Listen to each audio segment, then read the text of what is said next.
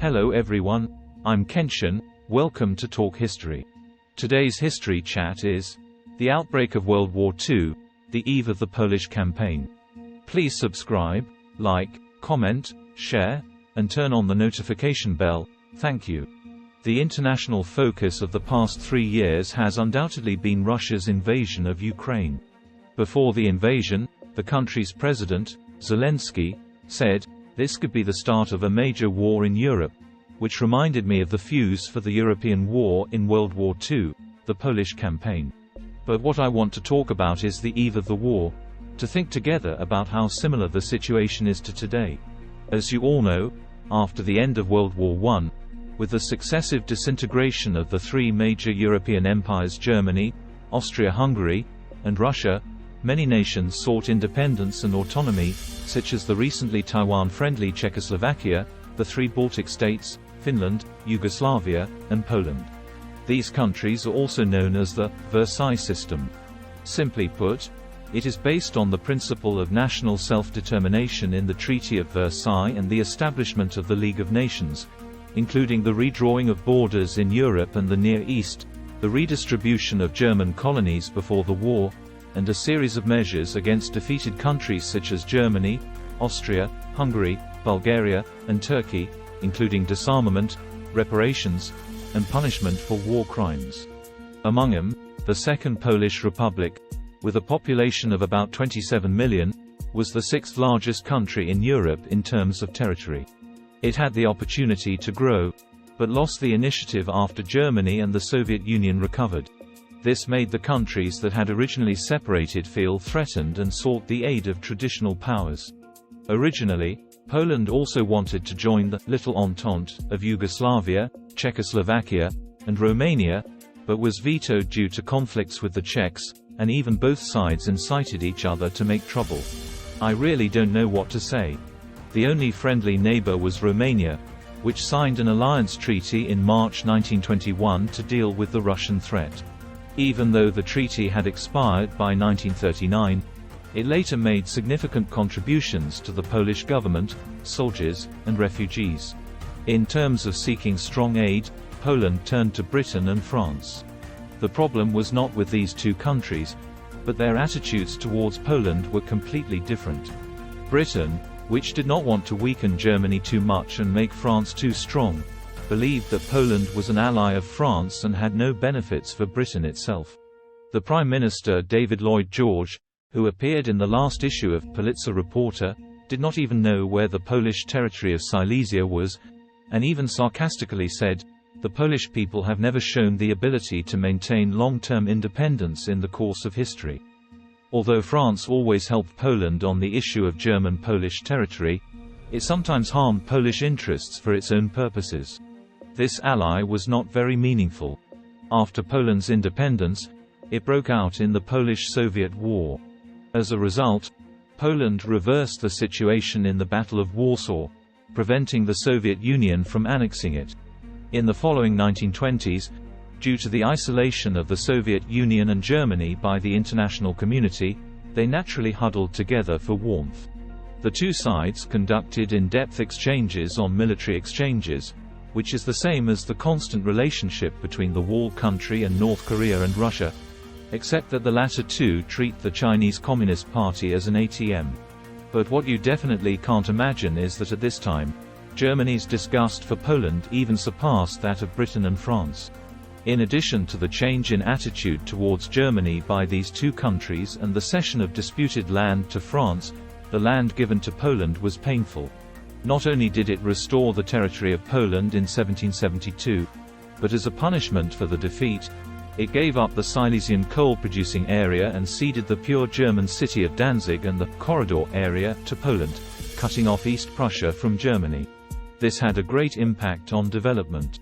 Another point is that a large proportion of the population lost in the territory of Germany after the defeat of the war is related to Poland. The German army general Seeckt, who was born in East Germany, hated Poland even more. He once said, "The existence of Poland is intolerable and irreconcilable with Germany's own needs. Poland must be destroyed, and it will be destroyed." In addition to instilling the belief of destroying Poland in the army, this claim was also accepted by senior officials in Berlin. And the Prime Minister of the Weimar Republic, Joseph Wirth, openly stated, "Poland must be punished," and British Prime Minister David Lloyd George also said, "Poland has been given too much, and it will cause big trouble in the future." From June 1925, Germany waged a tariff war against Poland, and even more propagated revanchism to German expatriates in the country, encouraging separatist movements, which is the same as what Russia did in eastern Ukraine. Next is the well-known Adolf Hitler on the historical stage. Adolf Hitler and the Nazi Party gained power, and contrary to the previous good relationship with the Soviet Union, they proposed the Nazi ideology of expanding living space to the east, claiming to establish a pan-Germanic country with hegemony on the continent. Since it will eventually wage war on the Soviet Union, it is necessary to establish anti-Soviet allies, satellite countries or puppet countries around Germany before that. His first target was Poland. In the early days of Hitler's rule, relations between Germany and Poland deteriorated rapidly. In February 1933, Hitler told a reporter from the Sunday Times of Britain, "Demand Poland to return the corridor to Germany, and do it in a short time." In addition to instigating anti-Polish demonstrations on the German-Polish border, he also claimed to liberate the German minorities in Danzig and the corridor area, claiming that the separation of Danzig from German territory was the ugliest part of the Treaty of Versailles. Doesn't this sound a lot like what Putin said when he attacked Ukraine? But this approach has instead improved relations between Poland and the Soviet Union. Hitler was even more unhappy. In order to divide the two, he not only stopped the tariff war and aggressive propaganda that had been going on since the 1920s. Even in November 1933, the two countries issued a joint communiqué stating, "Disputes between the two countries will be resolved through diplomatic means." In 1934, they even signed the German-Polish Non-Aggression Treaty for a period of 10 years. However, after 1935, Polish leader General Edward Ryd-Smiley noticed that the threat from Germany was increasing, and it was violating the Treaty of Versailles and actively rearming. But at that time, Polish Foreign Minister Joseph Beck continued to pursue a pro-German policy. From the German-Austrian merger to the Sudeten crisis that dismembered Czechoslovakia, Poland expressed support for Germany. It can be said that the pit was dug by itself, and others cannot be blamed. Hitler, who annexed Czechoslovakia, officially wooed Poland to join the anti-communist international agreement to form a united front. The rift and even rupture in the relationship between the two sides occurred in 1938 when the new Nazi German Foreign Minister Ribbentrop met with the Polish ambassador and proposed that the alliance must be based on the premise of returning Danzig to Germany and building a highway in the corridor area to connect German territory. If Poland agrees, Hitler will give Poland the northern territory of Ukraine in the future and extend the German-Polish treaty for 25 years as compensation. At this time, Poland was alert that if it joined the German-led military alliance, it would fall into a satellite state, and even the national status would be threatened, just like Czechoslovakia was annexed by Germany. It was at this time that Poland truly recognized Germany's intentions. Therefore, both the Polish Foreign Ministry and military leaders tend to refuse, and the leaders of the Polish government do not trust Hitler. On March 21, Polish Foreign Minister Beck went to Berlin to meet with Hitler and was strongly demanded by Hitler to accept Germany's conditions. After directly refusing, the two sides parted ways unhappily. Hitler then ordered the military to draft the White Plan for invading Poland, and quickly approved it on April 3. Obviously, it was a way to do it regardless of whether you agree or not. Due to the threat from Germany, Poland sought the protection of Britain and France and signed a security guarantee treaty. The two countries promised to send troops to attack Germany when Poland was attacked. At this time, Hitler received the news, so on the 28th of the same month, he announced the initiative to abolish the German-Polish Non-Aggression Treaty, on the grounds that Poland accepted the protection of Britain and France, and ordered the German army to be ready to attack Poland before August. Obviously, Germany never intended to abide by this treaty, but used it as a tool to lure Poland.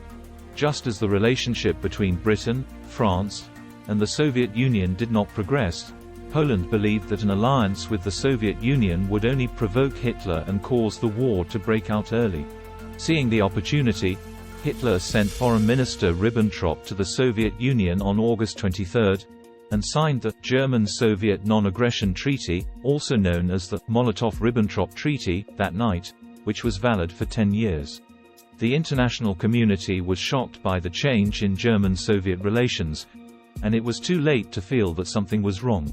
But what other countries don't know is that the German-Soviet Non-Aggression Treaty not only guarantees the security of the two countries, but also adds a secret agreement to jointly divide Eastern Europe, including countries such as Poland, the Baltic countries, and Romania.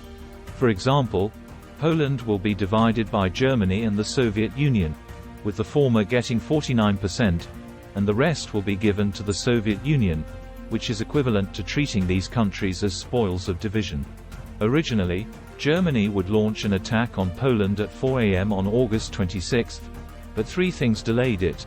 First, on August 25, Poland and Britain signed the British-Polish Security Guarantee Treaty into the 1921 France-Poland Alliance Treaty. That is, Britain joined the French-Polish military alliance and reiterated the defense of Polish territorial integrity and national independence.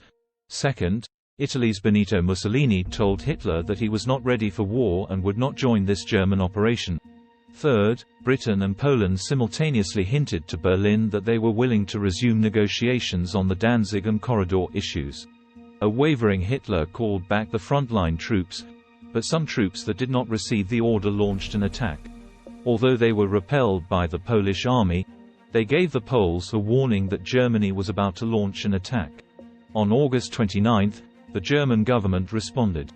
In addition to protecting the German minorities in Poland, Germany wanted to recover Danzig and the Polish corridor. In order to avoid the intervention of Western countries when he annexed Czechoslovakia before, Hitler wanted to divide the relationship between Poland and Western countries and proposed an additional condition. The full representative of Poland who came must arrive in Berlin to sign the agreement within 1 day, and this difficult-to-achieve timed action means that it is Germany's ultimatum. When Polish ambassador Joseph arrived in Berlin at noon that day and asked to see Ribbentrop, he said that Poland is now willing to consider negotiating with Germany, but he also admitted that he does not have the full power to sign any agreement, so Ribbentrop drove him away. Later, German radio announced that Poland had rejected Germany's proposal and the negotiations officially ended.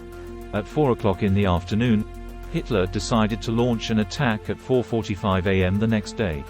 On August 29, the day before the German army officially invaded, German personnel who infiltrated Poland for destruction placed bombs at the Tarnow train station, causing 21 passengers to die and 35 people to be injured. On the evening of the 31st, the Nazi SS carried out the Himmler operation to provoke border conflicts. The most famous is the Gleiwitz incident.